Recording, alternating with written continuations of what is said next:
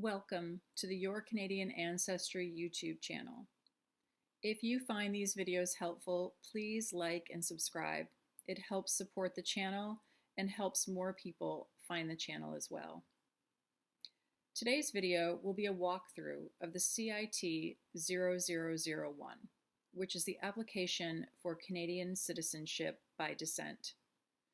This application is long and a little ambiguous, so I'll be breaking the video into smaller sections to make it clear and manageable. Today, we're covering sections 1 through 7. Let's pull up the application.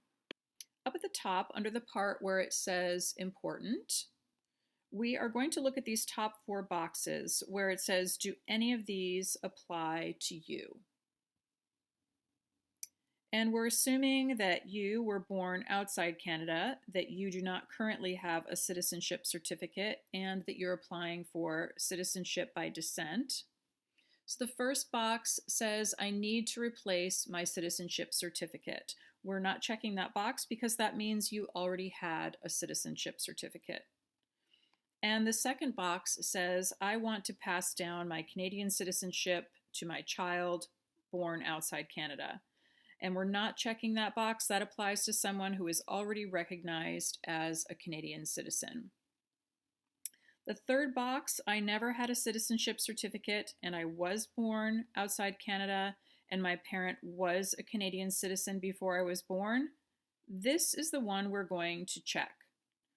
Under the current C3 law, if your parent qualified by descent before you were born, they were already a Canadian citizen at the time of your birth. C3, the C3 bill, now makes all of us a Canadian from birth, a citizen by descent from birth. So yes, your parent was a Canadian citizen before you were born. That's what we're proving in our documentation with this application.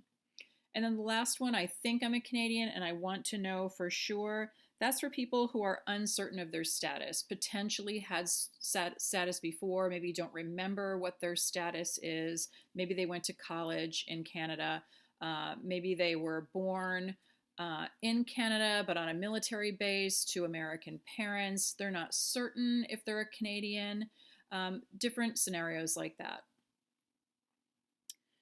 So then we're going down to question 1, which is language, and for most of us, we're going to be checking that we want service in English.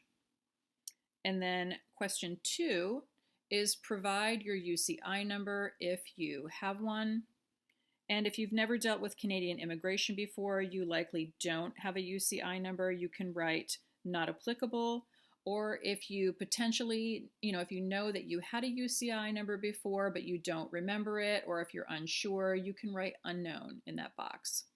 Remember, fields that you're supposed to be filling out, if you're leaving them blank at all, you're actually not supposed to leave them blank. You need to write NA for not applicable or unknown in that case.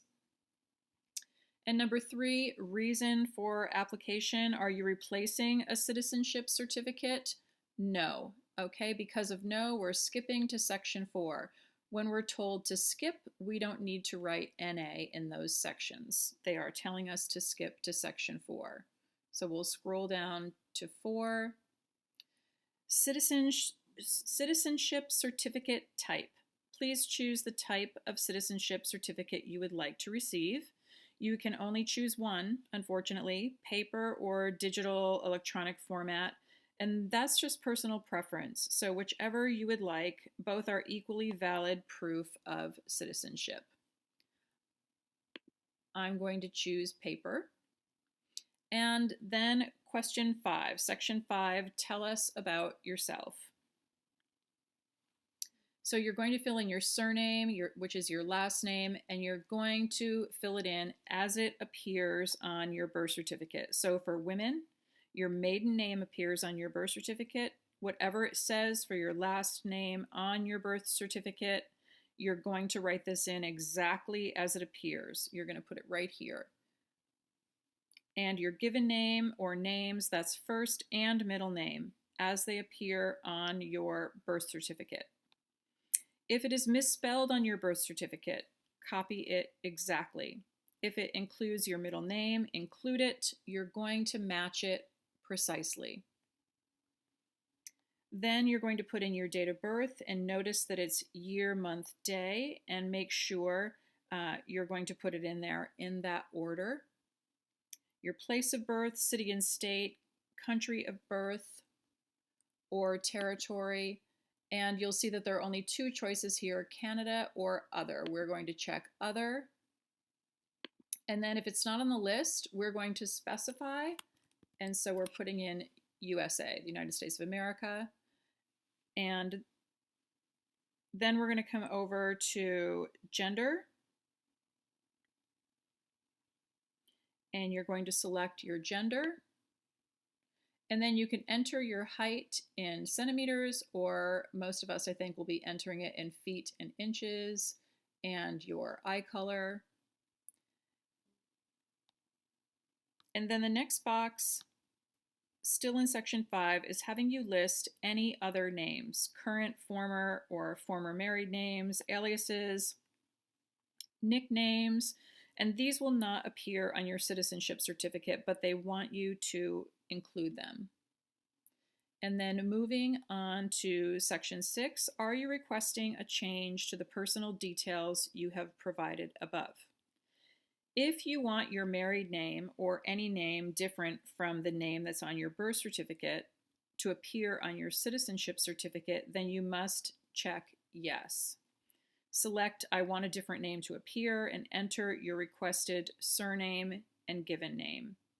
If you do not check this, your certificate will be issued exactly as your birth certificate name. And then below, there are also options for date of birth or gender changes.